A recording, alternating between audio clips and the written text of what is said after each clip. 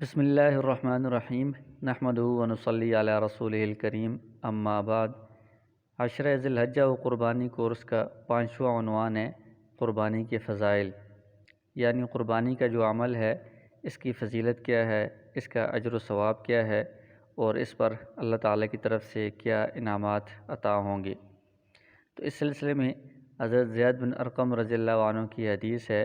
کہ صحابہ اکرام رضی اللہ عنہم نے رسول اللہ صلی اللہ علیہ وسلم سے سوال کیا کہ یہ قربانی کیا ہے، اس کی حقیقت کیا ہے؟ تو آپ صلی اللہ علیہ وسلم نے ارشاد فرمایا، سنت ابیکم ابراہیم،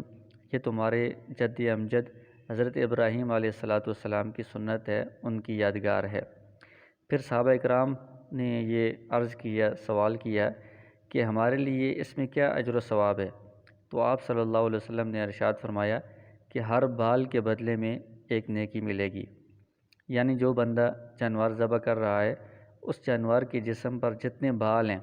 ان میں سے ہر بال کے بدلے میں ایک نیکی ملے گی۔ تو اب اندازہ لگائیں کہ جانور کے جسم پر جو بال ہیں وہ بے شمار ہوتے ہیں، ہم ان کو شمار نہیں کر سکتے، تو یہ کتنی زیادہ نیکیاں ایک جانور کی قربانی کرنے پر اللہ تعالیٰ کی طرف سے عطا ہوں گی۔ ایک اور روایت ہے حضرت عائشہ رضی اللہ عنہ کی، فرماتی ہیں کہ رسول اللہ صلی اللہ علیہ وسلم نے ارشاد فرمایا کہ یہ جو عید الاضحیٰ کا دن ہے، 10 ذی الحجہ کا دن، اس میں کوئی بھی نیک عمل اللہ تعالیٰ کے یہاں اتنا زیادہ محبوب اور پسندیدہ نہیں ہے جتنا قربانی کا خون بہانا اللہ تعالیٰ کو محبوب ہے۔ یعنی اس دن میں کوئی کتنی بڑی سی بڑی نیکی کر لے، بڑے سے بڑا عمل بھی کر لے، تو وہ قربانی کے اجر و ثواب کو، قربانی کی فضیلت کو نہیں پہنچ سکتا۔ اور پھر فرمایا کہ قربانی کرنے والا جو شخص ہے، قیامت کے دن یہ اپنے قربانی والے جانور کو لے کر آئے گا، اس کے بالوں، سینگوں اور پاؤں کے ساتھ، اور اس پورے جانور کو تول کر اس کا اجر و ثواب اس کو عطا کیا جائے گا۔ مطلب یہ ہے کہ جانور کی وہ چیزیں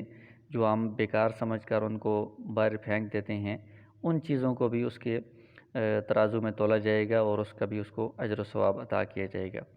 اور پھر فرمایا کہ قربانی کا خون زمین پر گرنے سے پہلے اللہ تعالیٰ اس قربانی کو قبول فرما لیتے ہیں، لہذا تم خوش دلی کے ساتھ قربانی کیا کرو۔ یعنی قربانی کی اتنی زیادہ فضیلت ہے، اس کا اتنا اجر و ثواب ہے، تو اس کو اپنے اوپر بوجھ نہیں سمجھنا چاہیے، بلکہ دل کی رضامندی کے ساتھ، دل کی خوشی کے ساتھ یہ قربانی کا عمل انجام دینا چاہیے۔ ایک اور حدیث ہے حضرت عبداللہ بن عباس رضی اللہ عنہ کی روایت ہے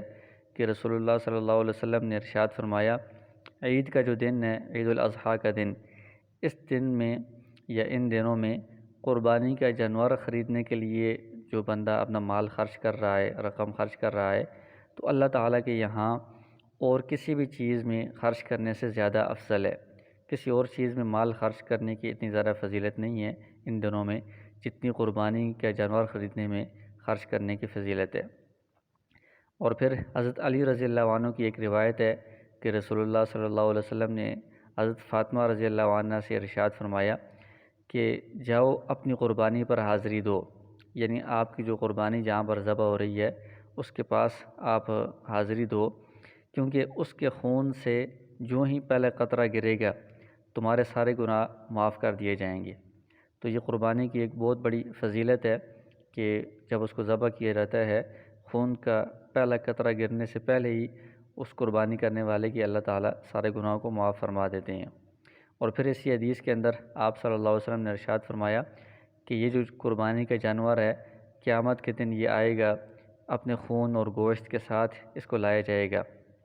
اور پھر اسے 70 گنا زیادہ بھاری کر کے تمہارے میزان میں اس کو رکھا جائے گا۔ ان جتنا اس جانور کا، اس کے بال، خون وغیرہ ساری چیزوں سمیت جتنا اس کا وزن ہے، اس کو 70 گنا زیادہ بڑھا کر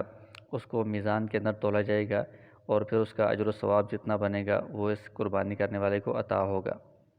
اس موقع پر حضرت ابو سعید خدری رضی اللہ عنہ نے عرض کیا کہ یا رسول اللہ صلی اللہ علیہ وسلم، کیا یہ جو فضیلت ہے یہ صرف آپ کے خاندان کے ساتھ خاص ہے یا ساری امت کے لیے ہے؟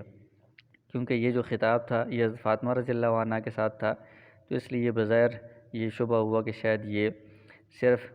آپ صلی اللہ علیہ وسلم کے خاندان کے ساتھ یہ خاص فضیلت ہو، لیکن آپ صلی اللہ علیہ وسلم نے ارشاد فرمایا کہ نہیں،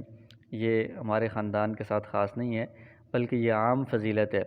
جتنے بھی مسلمان قربانی کرنے والے ہیں ان سب کو یہ فضیلت حاصل ہوگی کہ قربانی کا جو خون ہے اس کا پہلا قطرہ گرنے سے پہلے قربانی کرنے والے کے گناہ معاف کر دیے جائیں گے، اور یہ جو جانور ہے اس جانور کا جتنا وزن ہے اس کو 70 گنا بڑھا کر اتنا زیادہ اس کو تولا جائے گا، اور اس کا اجر و ثواب قیامت کے دن اللہ تعالیٰ عطا فرمائیں گے۔ تو یہ اتنی فضیلت والی اور اتنی اہم عبادت ہے، تو ان فضائل کو اور اس اجر و ثواب کو حاصل کرنے کے لیے قربانی کرنا یہ